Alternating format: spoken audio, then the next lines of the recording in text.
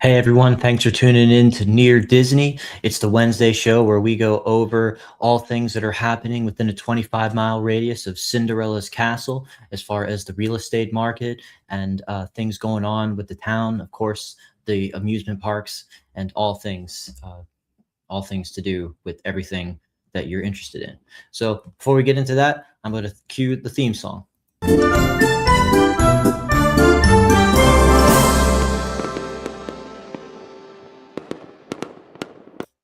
Fireworks are popping. That means the show's getting on the road. So yeah, normally the Wednesday show, we have our panel of local real estate experts and Disney enthusiasts share the news together. But everyone kind of had some other obligations going on, some other business to take care of. So I'm going to quote Toy Story 5 that came out this week with Jesse saying, "You're stuck with me, partner." But yeah, that will be kind of the first thing I want to bring up real quick. Anyone watching, did you go see Toy Story 5? I think it already had like the second biggest like opening for a animated movie for just for its first weekend, which is amazing. So where did you stand? Did you like it? Where does it rank in your Toy Story ranking? Do you have a favorite character out of the toy box? That was cool. Did you like the new Taylor Swift song as well? And Disney, more broadly speaking, is celebrating Toy Story as well in lots of minor ways. Toy Story 5, Joffrey's Coffee Truck, now at Disney Springs Town Center. So yeah, this Disney-themed coffee truck you might have seen if you're going down. And what's one thing I love about living and working in Celebration, Florida, where our office is located, is let's see if I can get rid of this ad. Great.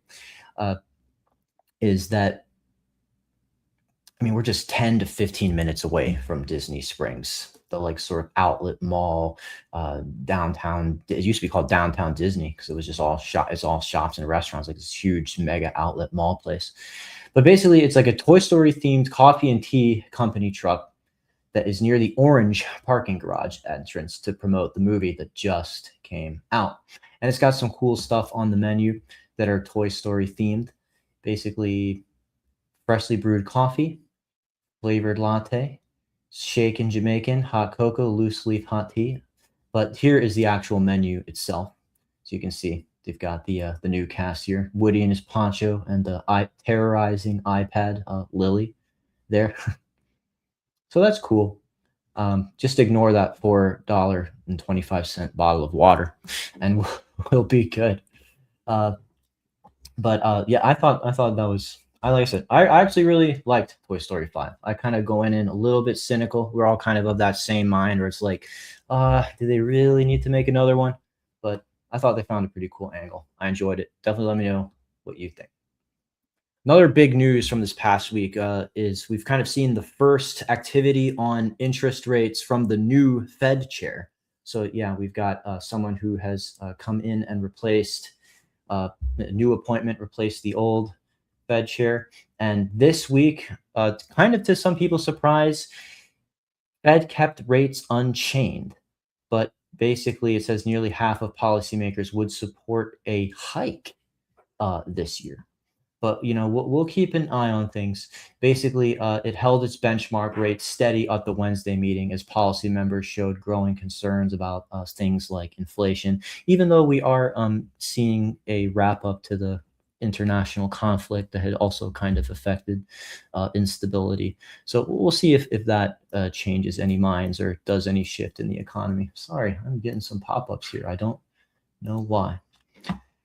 So basically, they just made a short statement, 2-day meeting, saying that yeah, they're actually holding steady. We were kind of anticipating. There's just been so much talk from the administration about possibly prioritizing a rate cut after a while, but basically this reflects the influence of the new chair, Kevin Warsh. So yep, we have a new guy in there now, who was kind of yeah staying the course. So we will keep an eye on that.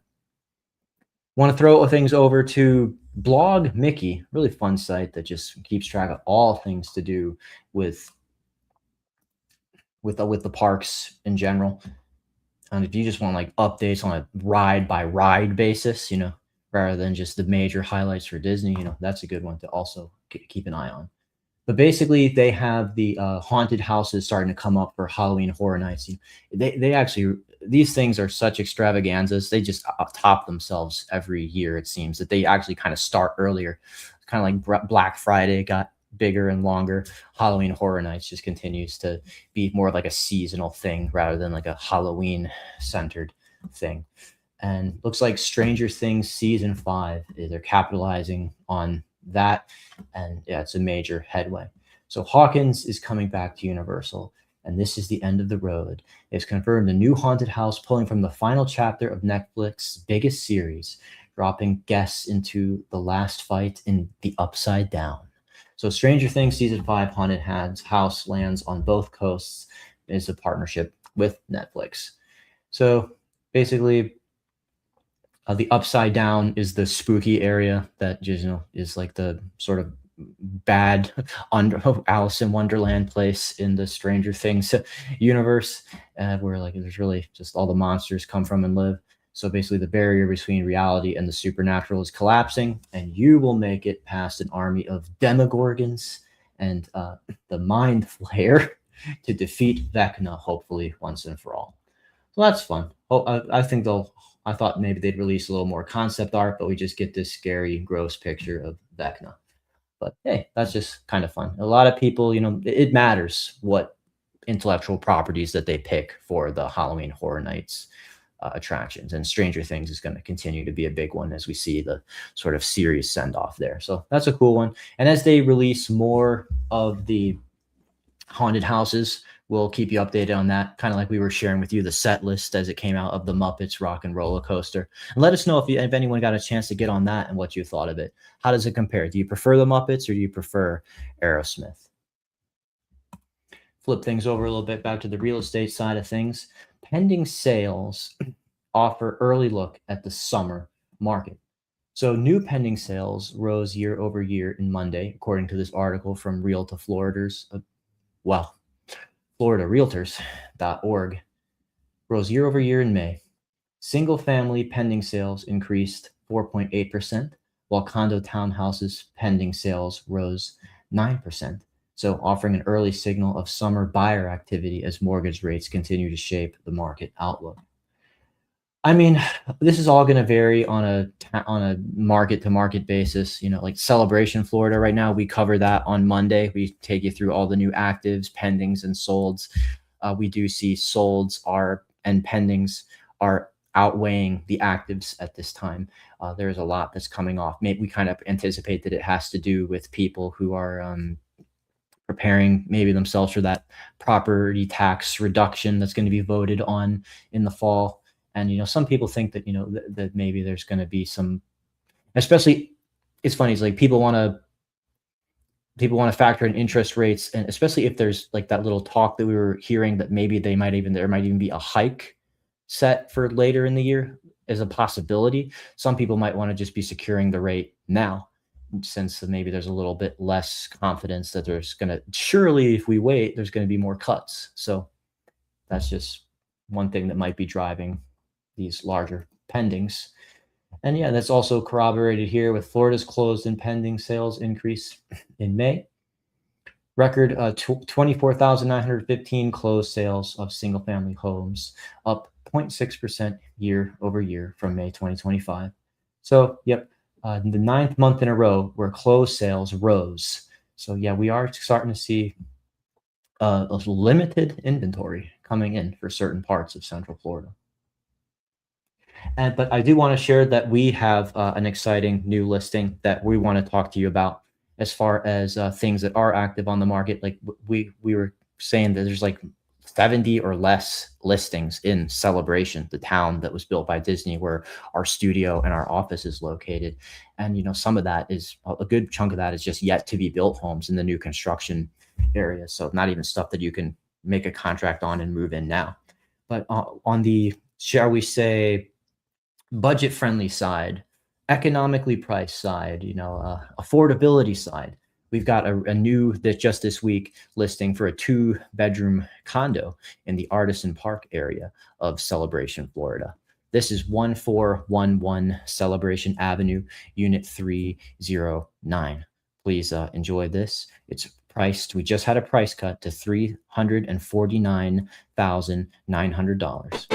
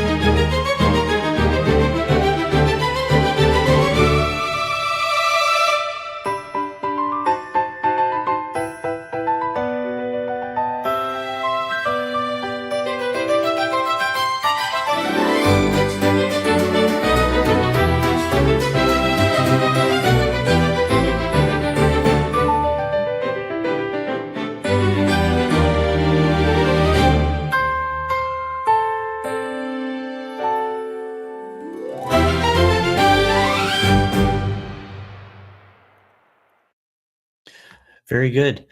So, I mean, as far as 2-bedroom living in Celebration, Florida goes, that is really a gem there. I mean, you saw that you've got this balcony space out there. Not you can't guarantee that with condo living and Celebration. There was a storage unit that had a cage that was on the same level of the home, as you can see right here. Great for just putting stuff that you don't want to keep in the condo. Some people shy away from condo living because it doesn't give them the same kind of storage space that a single family home does. But when you get a storage room like that, and even like the 1-car garage that we showed you there, yeah, there are, like, if you went into, like, say, the Mirasol area of Celebration, Florida, a 1-bedroom condo with maybe just a relatively comparable amount of square footage would be around that 350,000 or more price point, especially if it wasn't renovated. So to be able to get storage unit, garage, balcony space for under 350,000, some people only want to live in Artisan Park by name. Like they will, because of the amenities that we see here. They've got their own clubhouse that they get access to as Artisan Park residents. You know, you see it's very beautiful in here. Has its own restaurant, gym, pool, spa, outdoor grilling area. They host community events that are just for the Artisan Park people, and you still get access to all of the Celebration community pools as well. So I think that's a pretty good deal. Just had a price cut to get it under 350,000 for 2-bedroom, 2-bath, all on one floor in an elevator building. That, once again, that was a 1411 Celebration Avenue, Unit 309. And if you want to see it, real easy to show, you can give me a call. My number's right on the screen here. And I'll kind of use that to jump off into this next article I found from Listing Reports. This is reasons to buy in the summer. And so it's saying here that summer is one of the most popular times to buy a home for good reasons. More homes tend to be available, giving buyers a wider selection to choose from. Now, that's going to depend on the market. That's the one point that maybe, like I was saying, inventory just happens to be competitive and limited in Central Florida, especially Celebration, Florida. But I will say that the rest of these, I think, nail it on the head. 2, landscaping and outdoor spaces are in full bloom. Right now, nature is really helping us sell our listings. I'm even tempted to get some like reshoots taken in front of our exterior photos for some of the listings that we've had, because like the crepe myrtle trees in Central Florida, and especially in Celebration, are coming into full bloom right now. So you've just got these lush bushes and trees that are just flowered, and they just couldn't show the curb appeal any better. So now's a great time to put your house on the market with us. And it also, here's a good point, longer days make scheduling easier. kind of like an unspoken rule that like after 5 p.m., like you don't want to maybe ask for a showing because it's going to get dark and people are going to be settled in, and sellers don't even want their house to be shown because it's like, you can't really see. It's all just dark outside and you don't get a sense of the view. It got nighttime at like 9 p.m. last night. That was wild. And so you have a much wider window, especially in those first weeks where there's more demand, to like get people in there and not be worried about it not showing its best. And hey, an evening showing, it actually could be on the cooler side. There's been times, occasionally where someone would come in, they want like a August 1st showing, like the hottest day of the year that they're in town, and then they just judge all of Florida based on that one day, like what. So sometimes it's good to get them in on that cooler hour. School breaks and vacation schedules offer flexibility. Yeah, that's right. I mean, sometimes school and work gets in the way of being able to have buyers have availability to see the home. So that's a good opportunity. If you're listing in the summer, you are making it as easy as possible on your buyers to find you.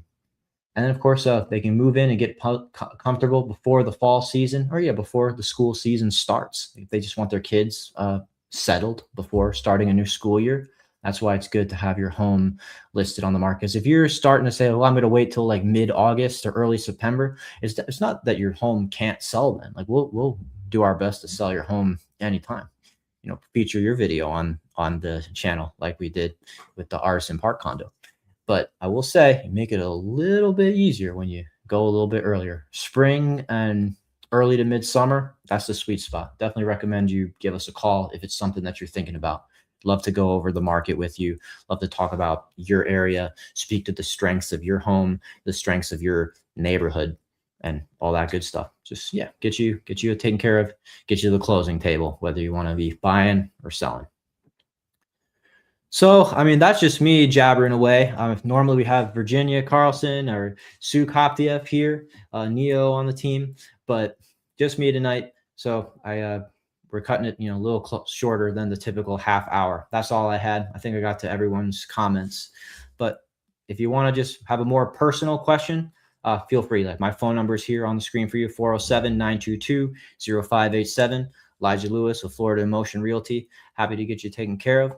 Appreciate it if you hit the like button or subscribe. It really helps get these videos seen by more people so we can grow the channel and they can appreciate the content. Just when we send our people out to film and record areas, create really beautiful showcases of many of the towns and new constructions. So with that, I think I'll throw it over to Kim Hawk, the fairy godmother of real estate, to sign us out. Have a great evening, everyone. And enjoy the sunlight that's still going on. I think you maybe got like a good hour and a half left. Take care.